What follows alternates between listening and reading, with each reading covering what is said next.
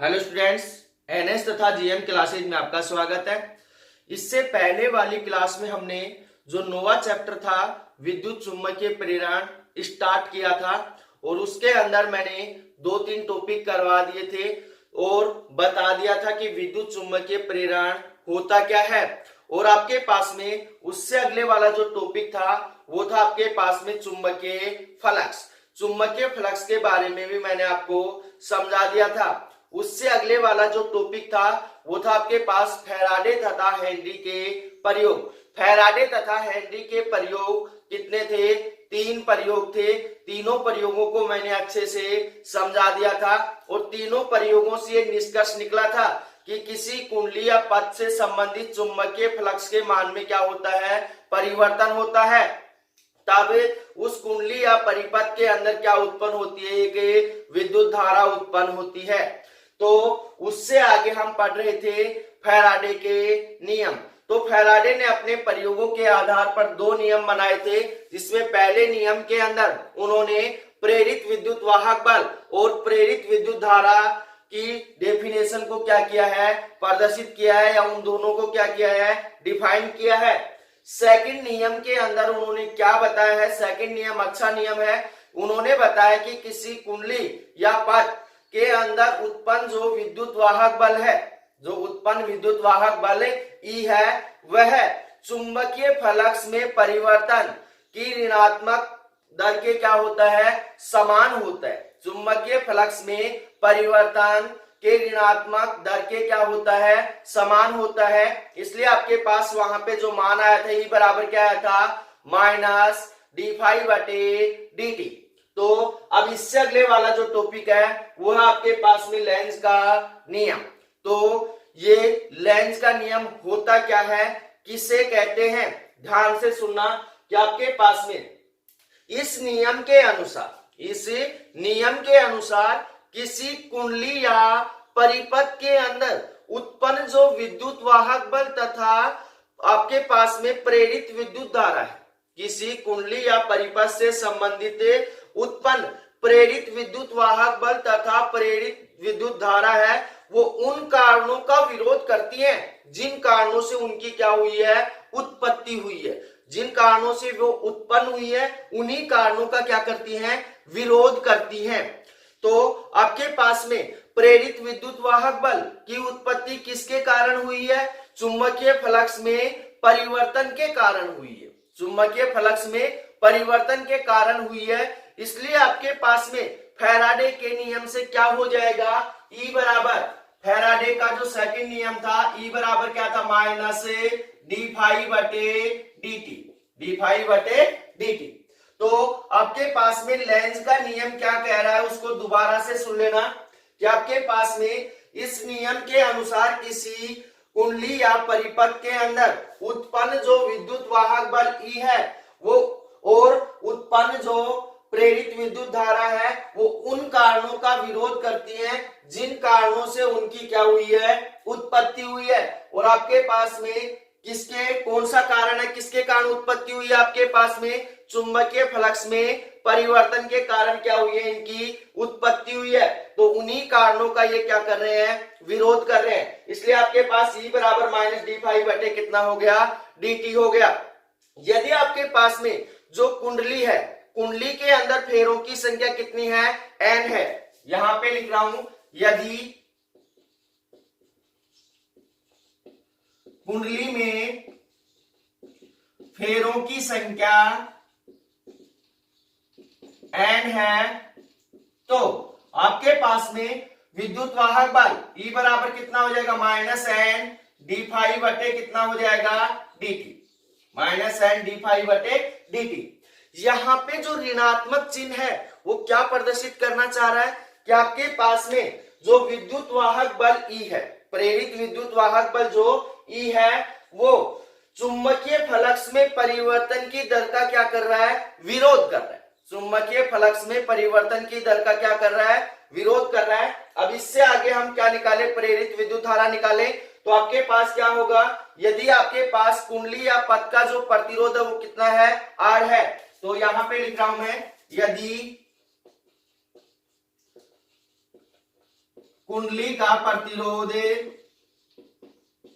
कुंडली का प्रतिरोध R है, तो आपके पास विद्युत धारा I बराबर क्या हो जाएगा, E अपॉन में R, क्योंकि आपके पास ओम के नियम से V बराबर क्या होता है, IR होता है, तो I का मान निकालेंगे, R को इस साइड में देंगे। यहाँ आपके पास में जो प्रेरित विद्युत वाहक बल है वो किसका कार्य कर रहा है, वोल्टा का कार्य कर रहा है, तो E का मान कितना आपके पास ये मान है, तो आपके पास I बराबर कितना हो जाएगा, यहाँ हो जाएगा माइनस N बटे R, और क्या होगा डी फाई बटे dt।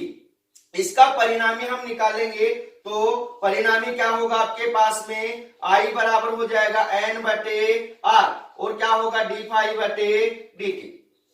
ये क्या आ गया आपके पास में, प्रेरित विद्युत धारा। अब इसके अंदर जो बोर्ड एग्जाम के अंदर क्वेश्चन पूछा जाता है वो क्वेश्चन क्या है, ध्यान से सुनना भाई। क्या लेंज का नियम ऊर्जा संरक्षण के नियम की पालना करता है, क्या लेंज का नियम ऊर्जा संरक्षण के नियम की पालना करता है, तो करता है तो समझाइए, करता है तो समझाइए। हाँ, कि आपके पास में जो लेंज का नियम है वो ऊर्जा संरक्षण के नियम की क्या करता है, पालना करता है। कैसे समझाएंगे, इसके लिए हम 2 स्टेप करेंगे। कितने स्टेप करेंगे, 2 स्टेप करेंगे। तो स्टेप फर्स्ट,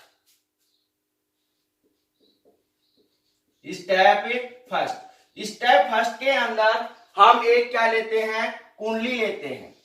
क्या लेते हैं, कुंडली लेते हैं, और इस कुंडली के साथ एक क्या लेते हैं, क्षण चुंबक लेते हैं। एक क्या लेते हैं, क्षण चुंबक लेते हैं, जिसके कितने ध्रुव है, 2 ध्रुव है। कितने ध्रुव है, 2 ध्रुव है, एक S है और दूसरा क्या है, N है। अब यहां पे ध्यान देना भाई कि जब क्षण चुंबक के उत्तरी ध्रुव को, जब क्षण चुंबक के उत्तरी ध्रुव को कुंडली की ओर ले जाया जाता है, तब कुंडली का क्षण चुंबक के पास वाला जो सिरा है, कुंडली का क्षण चुंबक के पास वाला जो सिरा है वो उत्तरी ध्रुव की भांति क्या करने लगता है, व्यवहार करने लगता है। क्या करने लगता है, उत्तरी ध्रुव के भांति व्यवहार करने लगता है, और उत्तरी ध्रुव की भांति व्यवहार करने के कारण इस कुंडली के अंदर जो धारा है वो वामावर्त दिशा के अंदर, वामावर्त दिशा के अंदर क्या होती है, प्रवाहित होती है। जब कुंडली के उत्तरी ध्रुव को, क्षण चुंबक के उत्तरी ध्रुव को कुंडली के पास लाया जाता है, तो कुंडली का क्षण चुंबक के पास वाला जो सिरा है वो किसके भांति व्यवहार करने लगता है, उत्तरी ध्रुव की भांति व्यवहार करने लगता है, और कुंडली के अंदर जो धारा प्रवाहित होती है वो कौन सी दिशा के अंदर होती है, वामावर्त दिशा के अंदर धारा प्रवाहित होती है। अब आपके पास में यहाँ पे ध्यान देना कि आपके पास में यहाँ पे धारा क्या हो रही है, वामावर्त दिशा के अंदर प्रवाहित हो रही है। इसलिए आपके पास में इस कुंडली के अंदर, इस कुंडली के अंदर क्या करना पड़ता है, अब इन दोनों N ध्रुव है, N ध्रुव है, कुंडली के अंदर भी क्या बन गया, N ध्रुव बन गया, और जो आपके पास में क्षण चुंबक है उसका भी कौन सा ध्रुव है, N ध्रुव है। तो आपके पास N ध्रुव के मध्य क्या लगता है, प्रतिकर्षण बल लगता है। दोनों ध्रुवों के मध्य क्या लग रहा है, प्रतिकर्षण बल लग रहा है। इसलिए प्रतिकर्षण बल के विरुद्ध क्या करना पड़ता है, हमें कार्य करना पड़ता है, क्योंकि हम इसको इसके पास लेके जाएंगे तो आपके पास दोनों के मध्य क्या लगेगा, प्रतिकर्षण बल लगेगा, और हमें प्रतिकर्षण बल के विरुद्ध क्या करना पड़ेगा, कार्य करना पड़ेगा, और यह कार्य ही कुंडली के अंदर विद्युत धारा के रूप में क्या होता है, प्राप्त होता है। यह कार्य ही हमें कुंडली के अंदर विद्युत धारा के रूप में क्या होता है, प्राप्त होता है। यह हो गया आपके पास स्टेप फर्स्ट। यहाँ पे क्षण चुंबक को क्या ला रहे हैं, कुंडली के पास, कुंडली के पास। उससे स्टेप सेकंड स्टेप के अंदर ध्यान से समझना कि आपके पास में यहाँ पे क्या है, कुंडली है, यहाँ पे क्या है, कुंडली है, और यहाँ क्या है आपके पास में क्षण चुंबक है, जिसके 2 ध्रुव हैं S और N। तो ध्यान देना कि अब हम क्षण चुंबक को क्या करते हैं, धीरे धीरे कुंडली से दूर लेकर जाते हैं। कुंडली से क्या करते हैं, दूर लेकर जाते हैं। तब हम देखते हैं कि आपके पास में कुंडली का क्षण चुंबक के पास वाला जो सिरा है, यहाँ पे ध्रुव को मैंने परिवर्तित नहीं किया है, एन ध्रुव को यहीं पे रखा है। तो कुंडली का जो क्षण चुंबक के पास वाला जो सिरा है वो एस ध्रुव के भांति क्या करने लगता है, व्यवहार करने लगता है। एस ध्रुव के भांति क्या करने लगता है, व्यवहार करने लगता है। इस कारण से आपके पास में कुंडली के अंदर जो धारा है वो कौन सी दिशा के अंदर प्रवाहित होती है, दक्षिणावर्त प्रवाहित होती है। कौन सी दिशा के अंदर प्रवाहित होती है, दक्षिणावर्त। तो ध्यान देना, क्षण चुंबक को कुंडली के पास लाते हैं तो कौन सा ध्रुव बनता है, एन ध्रुव बनता है, और दूर लेके जाते हैं तो कौन सा ध्रुव बन रहा है, एस ध्रुव बन रहा है। और एन ध्रुव बनने के कारण वामावर्त दिशा के अंदर धारा प्रवाहित हो रही है, और एस ध्रुव बनने के कारण कौन सी दिशा के अंदर प्रवाहित हो रही है, धारा दक्षिणावर्त प्रवाहित हो रही है। अब आपके पास यहाँ पे ध्यान देना कि आपके पास में जैसे ही हम इसको दूर लेके जाएंगे एन ध्रुव को, किससे, एस ध्रुव से, तो दोनों के मध्य क्या लगता है, आकर्षण बल लगता है। दोनों के मध्य क्या लगता है, आकर्षण बल लगता है। तो हमें आकर्षण बल के विरुद्ध क्या करना पड़ता है, एक कार्य करना पड़ता है। आकर्षण बल के विरुद्ध क्या करना पड़ता है, कार्य करना पड़ता है। और यह कार्य ही कुंडली के अंदर किसके रूप में प्राप्त हो रहा है, विद्युत धारा के रूप में प्राप्त हो रहा है। इसलिए यहाँ पे ध्यान देना, इन दोनों स्टेपों से क्या निष्कर्ष निकला है कि आपके पास में यहाँ पे कुंडली के पास क्षण चुंबक को लाने या ले जाने पर हमें क्या करना पड़ता है, आकर्षण या प्रतिकर्षण बल के विरुद्ध क्या करना पड़ता है, कार्य करना पड़ता है। और यह जो कार्य है वो क्या होता है, कुंडली के अंदर विद्युत धारा के रूप में हमें प्राप्त होता है।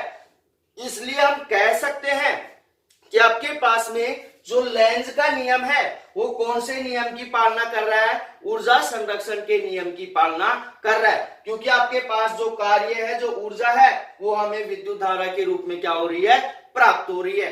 तो ये हो गया आपके पास क्वेश्चन सोल्व कि आपके पास में क्या लेंज का नियम ऊर्जा संरक्षण के नियम की पालना करता है। अगर करता है तो किस प्रकार से करता है, हम दोनों स्टेपों के अंदर उसको सोल्व करके आसानी से बता सकते हैं कि लेंज का नियम ऊर्जा संरक्षण के नियम की क्या करता है, पालना करता है।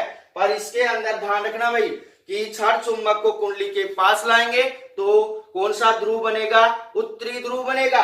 और क्षण चुंबक के उत्तरी ध्रुव को कुंडली से क्या करते हैं, दूर लेके जाते हैं तो कौन सा ध्रुव बन रहा है आपके पास में, दक्षिणी ध्रुव बन रहा है। तो अब यहाँ पे एन ध्रुव के मध्य क्या हो रहा है, प्रतिकर्षण हो रहा है। और यहाँ एन ध्रुव एस ध्रुव के मध्य कौन सा बल लग रहा है, आकर्षण बल लग रहा है। तो यहाँ कंफ्यूज मत होना कि आपके पास में किस प्रकार से इसको सोल्व करेंगे। और आपके पास में दोनों ही, चाहे आकर्षण बल हो चाहे प्रतिकर्षण बल हो, दोनों के ही विरुद्ध हमें क्या करना पड़ रहा है, कार्य करना पड़ रहा है। क्योंकि इसको पास लाएंगे तो भी हमें कार्य करना पड़ेगा, और इसको दूर लेके जाएंगे तो भी हमें क्या करना पड़ेगा, कार्य करना पड़ेगा। और वो कार्य कुंडली के अंदर किसके रूप में प्राप्त हो रहा है, विद्युत धारा के रूप में प्राप्त हो रहा है। तो ये हो गया आपके पास क्वेश्चन सोल्व। अब इससे अगले वाला आपके पास में टॉपिक प्रेरित विद्युत वाहक बल।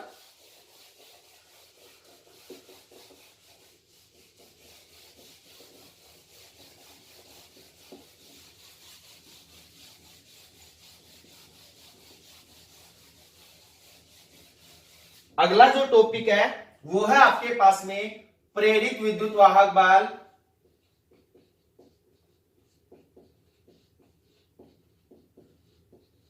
ई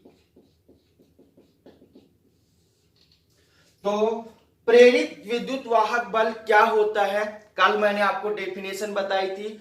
जब किसी कुंडली या परिपथ से संबंधित चुंबकीय फ्लक्स के मान में क्या होता है, परिवर्तन होता है, तो उस कुंडली या पथ के अंदर एक विद्युत वाहक बल उत्पन्न होता है। क्या होता है, एक विद्युत वाहक बल उत्पन्न होता है, जिसे क्या कहते हैं, प्रेरित विद्युत वाहक बल कहते हैं। जिसे क्या कहते हैं, प्रेरित विद्युत वाहक बल कहते हैं। तो आपके पास में वहां पे मैंने प्रेरित विद्युत वाहक बल का मान भी निकाल दिया था। E बराबर क्या आया था, माइनस डी फाई बटे डी टी। किससे आया था, फैराडे के नियम से।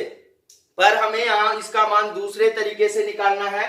तो यहां ध्यान देना, माना आपके पास में जो कुंडली है उसके अंदर T1 समय के ऊपर जो चुंबकीय फ्लक्स है वो कितना है, φ1 है। कोई कुंडली है और उस कुंडली के अंदर T1 समय के ऊपर चुंबकीय फ्लक्स कितना है, φ1 है। और T2 समय के ऊपर जो चुंबकीय फ्लक्स है वो कितना है, φ2 है। T2 समय के ऊपर चुंबकीय फ्लक्स कितना है, φ2 है। तो आपके पास में प्रेरित विद्युत वाहक बल क्या होगा, चुंबकीय फ्लक्स में परिवर्तन की दर के ऋणात्मक मान के क्या होगा, समान होगा। तो आपके पास E बराबर क्या हो जाएगा, फैराडे के नियम से माइनस, यहाँ पे क्या होगा आपके पास में φ2 माइनस में φ1 बटे क्या हो जाएगा, T2 माइनस में T1, T2 माइनस में T1। तो यहां पे ध्यान देना भाई, आपके पास में φ2 माइनस में φ1, φ2 माइनस में φ1 बराबर क्या हो जाएगा, डेल फाई हो जाएगा। क्या हो जाएगा, डेल फाई। उससे आगे आपके पास में T2 माइनस में T1 बराबर क्या हो जाएगा, डेल टी हो जाएगा। क्या हो जाएगा, डेल टी। दोनों मान उठाकर यहां डालेंगे तो आपके पास में जो प्रेरित विद्युत वाहक बल E है, E बराबर क्या हो जाएगा, माइनस डेल फाई बटे कितना हो जाएगा आपके पास में, डेल टी, डेल टी। अब इसके अंदर ध्यान देना, यदि आपके पास में जो समय अंतराल है, जो समय अंतराल है वो क्या है, बहुत ही अल्प है, न्यूनतम है, कम है, तब आपके पास में यहां जो समय अंतराल है वो क्या है, बहुत ही अल्प है, डेल टी टेंड्स टू 0, ये 0 के आसपास है, कम होता जा रहा है। तो आपके पास में जो उत्पन्न विद्युत वाहक बल है, जो उत्पन्न विद्युत वाहक बल है उसे हम तात्क्षणिक प्रेरित विद्युत वाहक बल कहते हैं। क्या कहते हैं, तात्क्षणिक प्रेरित विद्युत वाहक बल कहते हैं। यदि आपके पास समय क्या है, अल्प है, तो उस क्षण के ऊपर उत्पन्न होने वाला जो प्रेरित विद्युत वाहक बल है उसे क्या कहते हैं, तात्क्षणिक प्रेरित विद्युत वाहक बल कहते हैं। अब आपके पास में यहाँ पे डेल टी टेंड्स टू क्या है, 0 है, तो आपके पास यहाँ E बराबर क्या हो जाएगा, limit del T tends to 0, और क्या होगा आपके पास, माइनस डेल फाई बटे कितना हो जाएगा, डेल टी। अब आपके पास यहाँ क्या है, लिमिट है। क्या है, लिमिट। लिमिट को हटाते हैं तो डेल किस में चला जाता है, डी में चला जाता है। तो आपके पास E बराबर कितना हो गया, आपके पास में E बराबर हो गया माइनस डी फाई बटे कितना हो गया, डी टी, डी फाई बटे कितना हो गया, डी टी। तो ये आ गया आपके पास में प्रेरित विद्युत वाहक बल। वहां तो लेंज के नियम से हमने साधारण तरीके से लिख दिया था, यहां हमने मान निकाल के इसका बता दिया। अब इससे आगे अगर और सोल्व करना चाहते हो, यदि कुंडली के अंदर फेरों की संख्या कितनी है, n है, तो यहां लिख सकते हो आप, यदि कुंडली में फेरों की संख्या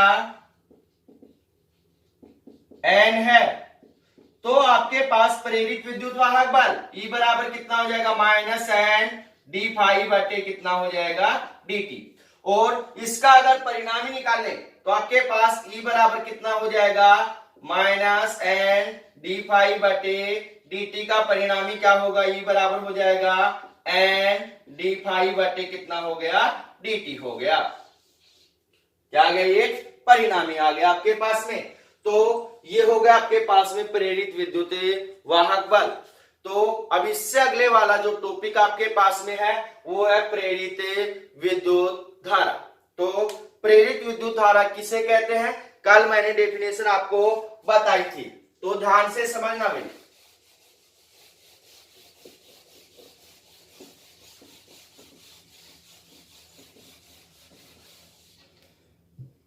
अगला जो पॉइंट आपके पास में वो है प्रेरित विद्युत धारा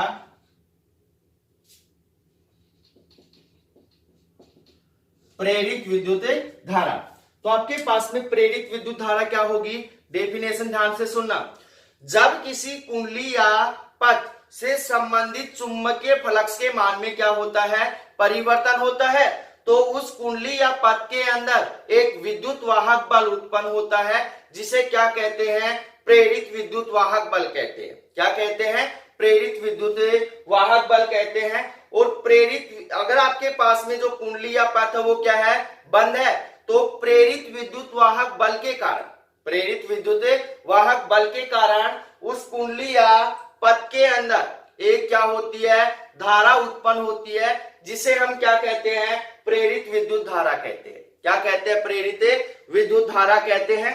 तो आपके पास में यहाँ पे प्रेरित विद्युत धारा जो होती है, इसकी दूसरी डेफिनेशन अगर समझे, यदि आपके पास में कुंडली या जो पथ है उसका प्रतिरोध कितना है, आर है, यदि कुंडली या पथ का प्रतिरोध कितना है, आर है, तब आपके पास में कुंडली के अंदर उत्पन्न जो प्रेरित धारा है वो प्रेरित विद्युत वाहक बल तथा प्रतिरोध आर के अनुपात के क्या होती है, समान होती है। तो ध्यान देना कि आपके पास में यदि कुंडली का प्रतिरोध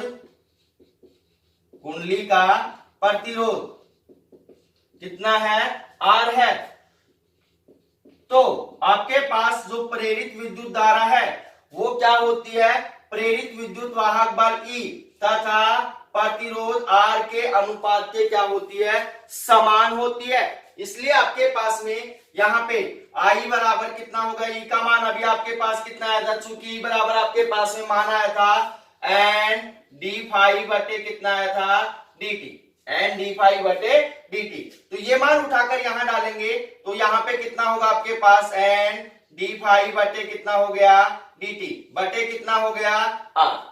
तो यहाँ पे आई बराबर कितना हो गया आपके पास, एन बटे आर और डी फाइव बटे डी टी। ये क्या आ गया आपके पास में, प्रेरित विद्युत धारा। तो उससे आगे, इससे अगले वाला जो पॉइंट है वो है प्रेरित आवेश, और ये टॉपिक अच्छा टॉपिक है। तो प्रेरित आवेश को अच्छे से समझना भाई, क्योंकि आप प्रेरित विद्युत वाहक बल भी निकाल सकते हो, प्रेरित विद्युत धारा भी निकाल सकते हो। प्रेरित आवेश कैसे निकालते हैं इसको अच्छे से समझना। तो आपके पास में जो टॉपिक है वो है प्रेरित आवेश।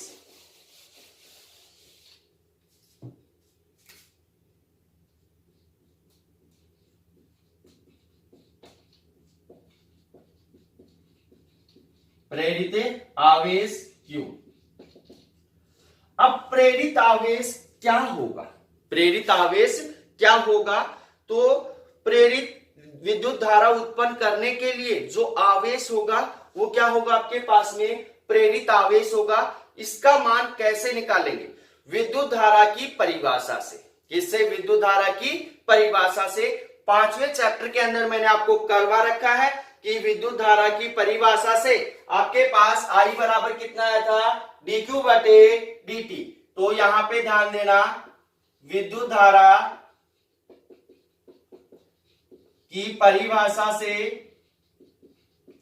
विद्युत धारा की परिभाषा से आपके पास में आई बराबर कितना मान आया था, डी क्यू बटे डी टी, डी क्यू बटे डी टी। तो आपके पास में dt को इस साइड भेजेंगे तो आपके पास यहां क्या होगा, dq बराबर हो जाएगा i dt, dq बराबर कितना हो जाएगा, i dt। तो यहां पे ध्यान देना भाई कि आपके पास में dq बराबर कितना i dt है। यह आ गया आपके पास समीकरण नंबर 1, समीकरण नंबर 1, या फिर इसको आगे दे देंगे समीकरण 1।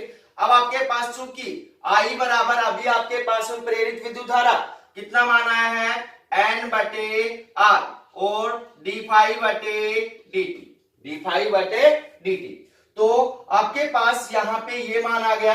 तो यहाँ पे ध्यान देना कि ये मान उठाकर यहाँ डालेंगे तो आपके पास में डी क्यू बराबर कितना हो जाएगा, एन बटे आर और कितना हो जाएगा, डी फाइव बटे डी टी इंटू कितना होगा, डी टी। डी टी से डी टी क्या हो गया, कैंसिल हो गया। तो आपके पास में डी क्यू, डी क्यू बराबर कितना मान बच गया, एन बटे आर, और कितना हो गया डी फाई, समीकरण नंबर ए। अब इससे आगे ध्यान से समझना कि आपके पास में डी क्यू बराबर एन बटे आर डी फाई मान जो आया है, यदि आपके पास में जो कुंडली है उसमें चुंबकीय फ्लक्स का मान, यदि आपके पास में यदि कुंडली में चुंबकीय फ्लक्स फाई 1 से फाई 2 तक परिवर्तित होता है, फाई 1 से फाई 2 तक परिवर्तित होता है, तो आपके पास में प्रेरित आवेश कुल आवेश समीकरण 1 का समाकलन करने पर, समीकरण 1 का समाकलन करने पर, समीकरण 1 का समाकलन करेंगे तो आपके पास क्या होगा, समाकलन डी क्यू बराबर हो जाएगा समाकलन चुंबकीय फ्लक्स कहां से कहां तक परिवर्तित हो रहा है, फाई 1 से फाई 2 तक, तो यहां क्या होगा आपके पास फाई 1 से फाई 2, और कितना हो जाएगा एन बटे आर और डी फाई, एन बटे आर और डी फाई। यहां पे आपके पास समाकलन डी क्यू क्या होगा, क्यू होगा, तो क्यू बराबर कितना हो गया आपके पास में, यहां एन बटे आर क्या है, नियतांक मान है, उसको क्या करेंगे बाहर निकालेंगे, तो एन बटे आर क्या आ गया, बाहर आ गया, तो यहां पे कितना मान बच गया, समाकलन फाई 1 से फाई 2, और कितना हो गया डी फाई, डी फाई का समाकलन कितना होगा, फाई होगा, तो यहां लिख सकते हैं चूंकि आपके पास समाकलन डी फाई बराबर कितना होता है, फाई होता है, या dx का समाकलन क्या होता है, x होता है, तो आपके पास q बराबर कितना मान हो जाएगा, n बटे r, और डी फाई का समाकलन आ गया फाई, लिमिट कहां से कहां तक है, फाई 1 से फाई 2 तक है, लिमिट कहां से कहां तक है, फाई 1 से फाई 2 तक है, तो अब इसके अंदर क्या डालेंगे, लिमिट डालेंगे, पहले कौन सी डालेंगे, ऊपर वाली, फिर नीचे वाली, तो आपके पास q बराबर कितना होगा, n बटे r, इंटू कितना होगा आपके पास में, यहां पे पहले ऊपर वाली, तो क्या होगा आपके पास में फाई 2 माइनस में क्या हो जाएगा फाई 1, तो आपके पास जो q है, q बराबर कितना मान आ गया आपके पास, n बटे r, और कितना हो गया फाई 2 माइनस में फाई 1, फाई 1, तो ये आ गया आपके पास में प्रेरित आवेश, प्रेरित आवेश। तो हमने तीनों मान निकाल लिए हैं, पहला मान आपके पास में क्या है, प्रेरित विद्युत वाहक बल, दूसरा मान क्या है आपके पास में, प्रेरित विद्युत धारा, और जो तीसरा मान आपके पास में वो क्या है, प्रेरित आवेश। तो यहाँ पे ध्यान देना कि आपके पास में जो प्रेरित विद्युत वाहक बल ई आया है, ई बराबर कितना आया था, एन डी फाई बटे डी टी, और आपके पास प्रेरित विद्युत धारा आई बराबर कितना आया था, एन बटे आर, और डी फाई बटे डी टी, तो ये तीनों मान आपके पास आ गए।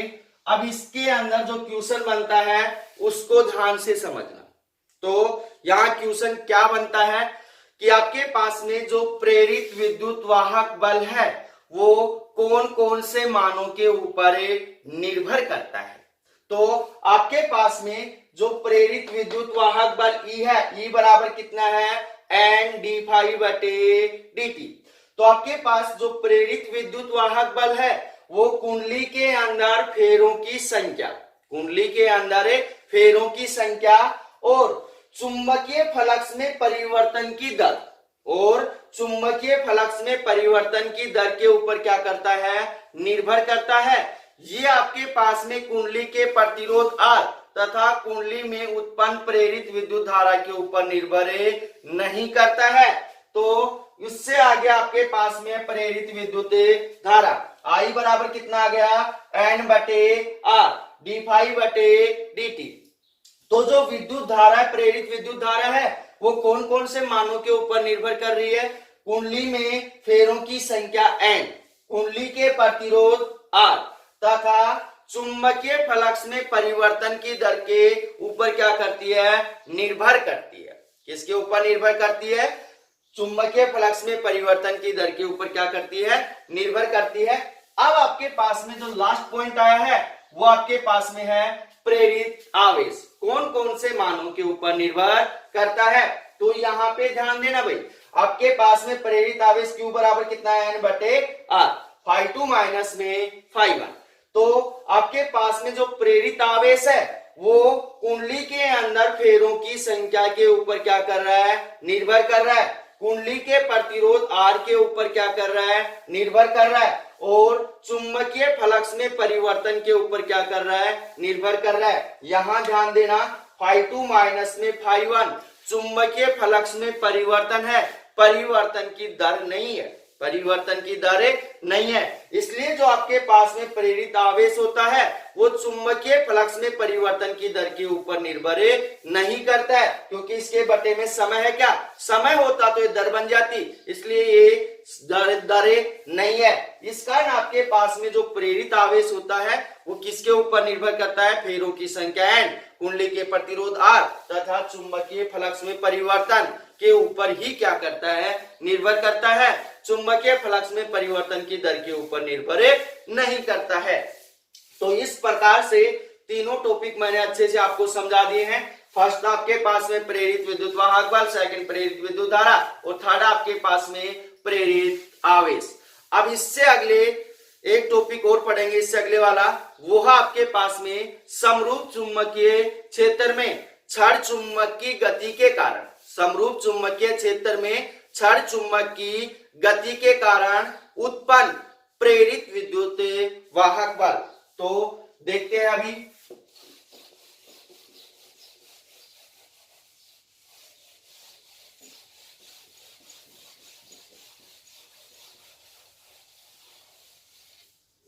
टॉपिक आपके पास में समरूप चुंबकीय क्षेत्र में, समरूप चुंबकीय क्षेत्र में चालक क्षण के गति के कारण, चालक क्षण की गति के कारण उत्पन्न प्रेरित विद्युत वाहक बल, उत्पन्न प्रेरित विद्युत वाहक बल। अब आपके पास में अच्छा टॉपिक है, समरूप चुंबकीय क्षेत्र है, उसके अंदर हमने एक चालक छड़ को रख रखा है, तो उसकी गति के कारण जो उत्पन्न प्रेरित विद्युत वाहक बल है वो क्या होगा, उसको अच्छे से समझना। तो आपके पास यहां पे ध्यान देना भाई कि आपके पास में कोई समरूप चुंबकीय क्षेत्र है, इसको मैं क्रॉस से प्रदर्शित कर रहा हूं। जो क्रॉस आपके पास में क्या है, समरूप चुंबकीय क्षेत्र है।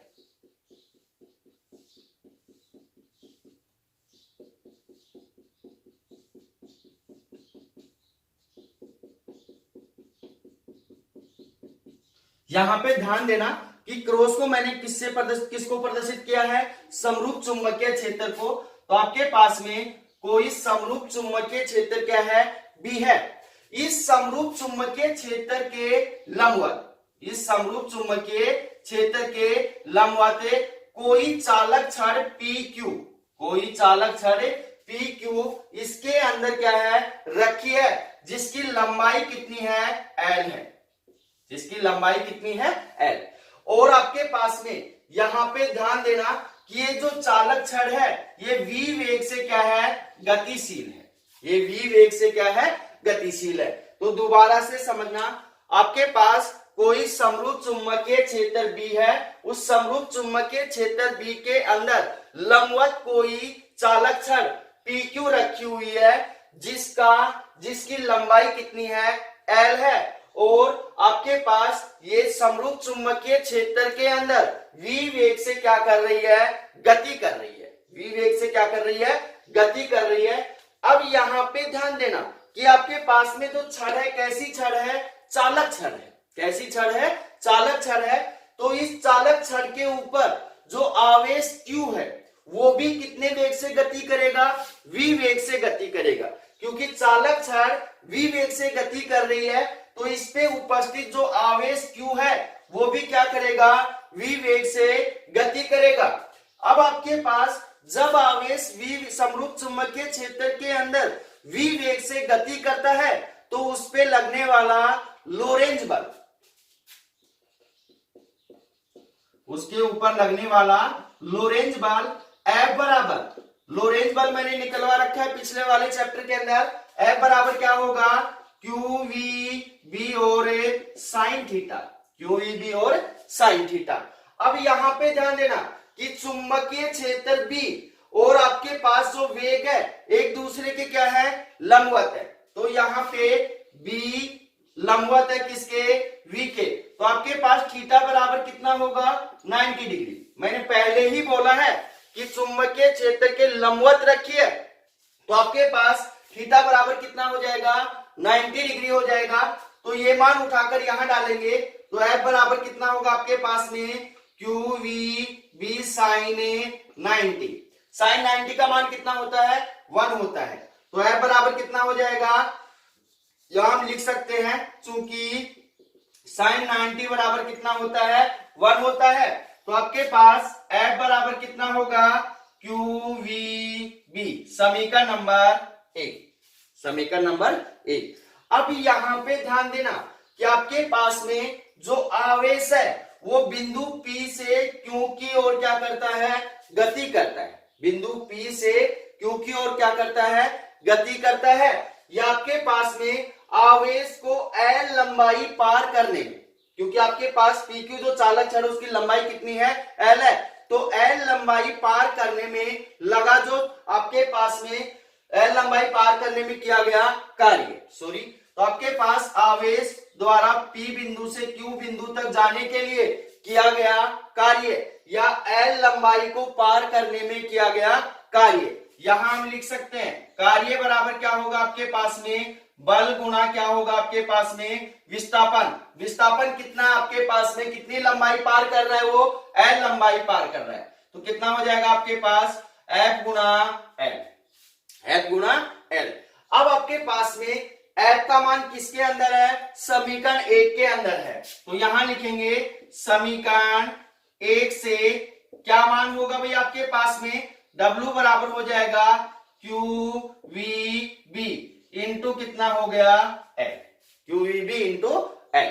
अब आपके पास में यहां पे क्या करते हैं, किसको, Q को इस साइड भेजेंगे तो आपके पास में W बटे कितना हो जाएगा, Q बराबर कितना हो जाएगा, VBL, VBL।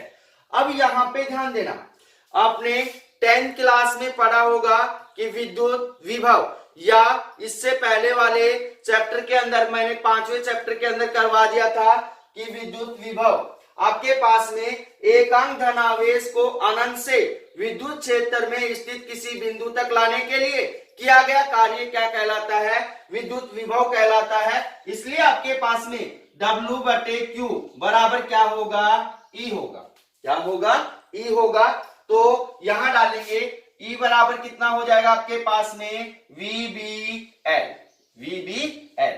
तो ये आ गया भाई आपके पास में समरूप चुंबकीय क्षेत्र में चालक छड़ की गति के कारण उत्पन्न प्रेरित विद्युत वाहक बल, E बराबर आ गया कितना, VBL।